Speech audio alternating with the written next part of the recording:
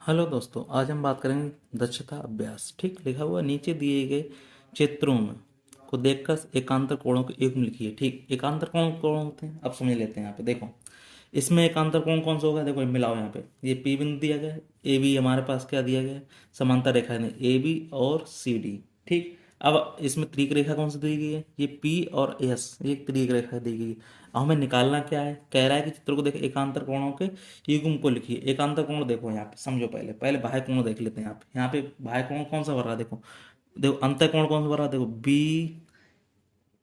अब यहाँ पे देखो क्या रख रहा है, बी क्यू आर, ये क्या हो गया, एक कोण हो गया। ये यहाँ लिख दो ऐसे करके, बी क्यू आर। ठीक है, अब इसमें क्या कह रहा है, अब इसका निकालेंगे एकांतर कोण। अब देखो जब ये यहाँ पे है तो यहाँ पे क्या हो जाएगा, ये देखो यहाँ से देखो। अब इसका एकांतर कोण कौन सा है, जब यहाँ पे दिया गया है इसका, तो यहाँ पे एक बार होगा।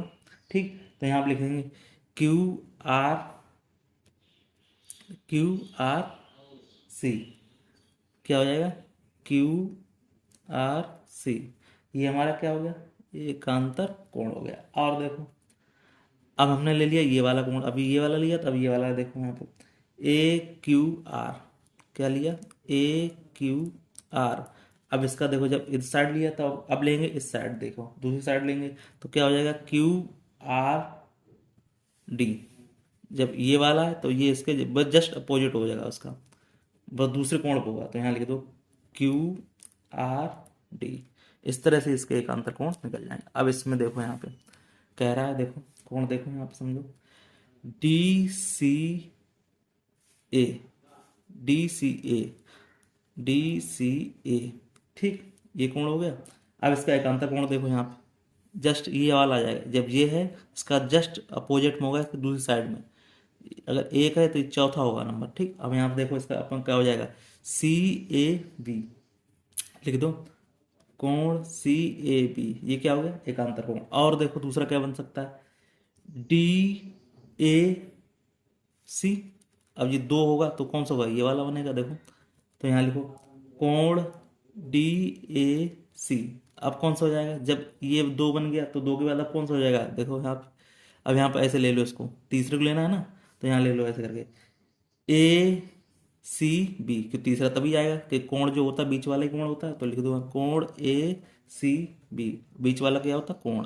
देखो हमने कहा था दो होगा, ये तीन होगा, तो एक था ये चार हो गया। यही हमारे क्या होते हैं, एकांतर कोण होते हैं। जो बीच वाला होता है वो कोण दर्शाता है। ठीक, इस तरह से ये क्वेश्चन हो गया है। ठीक, चलो नेक्स्ट क्वेश्चन आते हैं। बिल्कुल सिंपल क्वेश्चन है, कोई दिक्कत नहीं। नीचे दिए गए चित्रों को समांतर रेखाओं को जोड़ो को बताइए तो त्रिक रेखाओं के नाम भी लिखिए। देखो समझ लेते हैं सवाल को। अब देखो यहाँ पे ये समांतर रेखा है ई डी और ए बी, तो यहाँ पे ऐसे लिख लो डी ई समांतर रेखा है किसके, ए बी के। देखो ए और बी दिया, ए बी की। अब इसमें क्या हुआ है, त्रिक रेखा काट रही है। त्रिक रेखा कौन, जब ये समांतर रेखा ऐसे बढ़ती जाएगी ये, तो यहाँ बीच में त्रिक रेखा कौन काट रही है, यही काट रही है। तो त्रिक रेखा कौन सी हो गई इसमें, तो यहाँ पे क्या हो जाएगा, ये त्रिक रेखा हुई। और त्रिक यहाँ लिख दो, त्रिक रेखा, त्रिक रेखा कौन सी हो गई, बी और सी। बस इतना लिख दो, बस इतना सिंपल सा क्वेश्चन हो गया। ठीक, चलो अब दूसरे क्वेश्चन देखते हैं। अब इसमें देखो यहाँ पे क्या हो रहा है, अब देखो यहाँ पे क्या, ए बी समांतर किसके है, ई सी की। देखो ये समांतर रेखा दी गई है, तो यहाँ लिख दो ए बी समांतर ई सी। अब इसमें देखो त्रिक रेखा कौन सी काट रही है, देखो त्रिक रेखा। अब देखो त्रिक रेखा कौन सी काट रही है, देखो जब ये समांतर है तो बीच में कौन सी काट रही है, यही तो काट रही है। देखो बी और डी, इसी की तरह जैसे जैसे ये किया था पीछे वाला, तो त्रिक रेखा कौन सी हो गई, बी और डी। ठीक, इस तरह से ये क्वेश्चन का आंसर हो गया। ठीक है, चलिए अब इसमें हम दूसरा क्वेश्चन देख लेते हैं। दूसरा क्वेश्चन देखते हैं। ठीक है, फिर क्या कह रहा है, नीचे दिए गए चित्र में त्रिक रेखाओं द्वारा समांतर रेखाओं पर बने अंतःकोणों को बताइए। ठीक, बताते हैं भैया। अब देखो यहाँ आप समझो, तीसरे क्वेश्चन कह रहा है ए बी, ए बी पर बना हो। अब देखो ये रेखा है, इस पर त्रिक रेखा है, अब ये समांतर रेखा है, ये हो गई, तो ये त्रिक रेखा हो गई। ठीक, तो लिखो यहाँ पे लिख लो, यहाँ पर ऐसे लिखो ए और बी, तो लिखो यहाँ पे ए बी द्वारा बना अंतः कोण, ठीक, कौन सा हो जाएगा देखो, अंतः कोण कौन सा कोण बन रहा है, अंदर जो अंतः बने अंदर को, तो लिखो देखो ई डी और पी, ये अंतः कोण बनेंगे, ये अंतः कोण बन रहा है, अंदर को बन रहा है, इसलिए यहाँ देखो कोण ई डी बी, ठीक। और क्या बन सकता है, और सवाल में देखिए, अब देखो यहाँ पे सी ले लो, सी बी डी, तो यहाँ लिख लो, और लिख लो सी बी डी, ये किस पे बन रहा है, ये तुम्हारा किस पे बन रहा है, ये ए सी पे बन रहा है, किस पे बन रहा है, ये बन रहा है हमारा ए सी द्वारा बना अंतः कोण, ठीक। अब देखो यहाँ पे और कौन सा कोण बन रहा है, वो यहाँ देख लो, लिख लो यहाँ पे। अब यहाँ पे क्या बन रहा है देखो, कोण डी ई और सी, तो यहाँ लिख दो कोण डी ई सी, और कौन सा बन रहा है, ई सी और बी, कोण ई सी और बी, ये बन रहा है कोण, ठीक।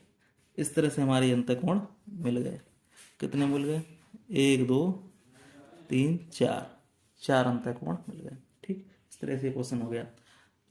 यहाँ दिए गए चित्र को देखकर बताइए संगत कोणों के जोड़े कौन कौन से हैं, ठीक, बताते हैं भैया।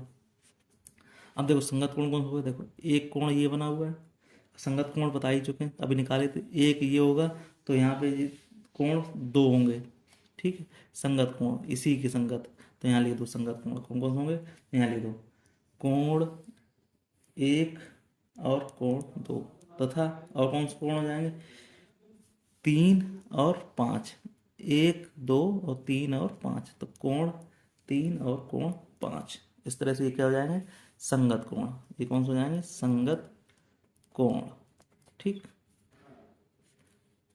अब देख कह रहे हैं त्रियक रेखा के एक और बने अंतः कोणों के जोड़े कौन कौन से हैं, अब अंतः कोण निकाल लीजिए, अंतः कोण कौन से हो गए, अंतः कोण देखो अंदर जो बने होते हैं, अब देखो यहाँ कौन बने, कोण 3 और कोण 2, 3 और 2 अंतः कोण बने हुए, ठीक।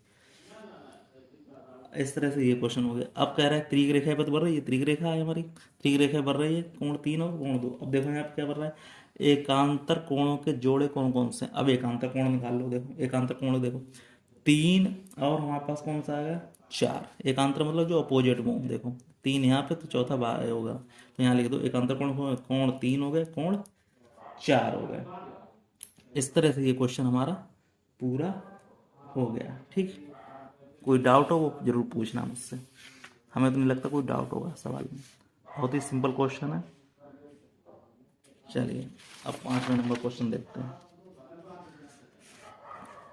यदि दो समांतर रेखाओं को कोई एक त्रिक रेखा काटे तो निम्नलिखित कथनों में सही कथनों को छांटिए। अब बताइए, एकांतर कोण के 2 जोड़े बनते हैं सीधी बात, एकांतर कोण अभी निकाले थे तो उनमें क्या कर रहे, 2 जोड़े बन रहे थे, लिख दो हाँ, सिंपल सी बात है।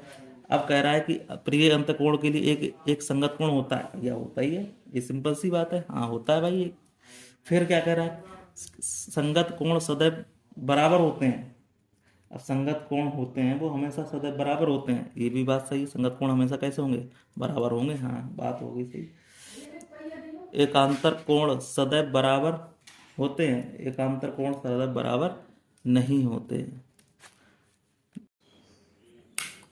तो दिया जाए नीचे दिए गए चित्र में क्यू आर एस कितना होगा, जबकि पी क्यू और समांतर आर एस, देखो पी क्यू आर एस कितना होगा, जबकि हमारे पास पी क्यू है, समांतर किसके, आर एस के समांतर है। सिंपल सा क्वेश्चन है, कुछ भी दिक्कत नहीं। जब ये 30 का हो तो ये भी हमारा कैसा बनेगा, ये भी हमारा 30 का ही बनेगा, ठीक है।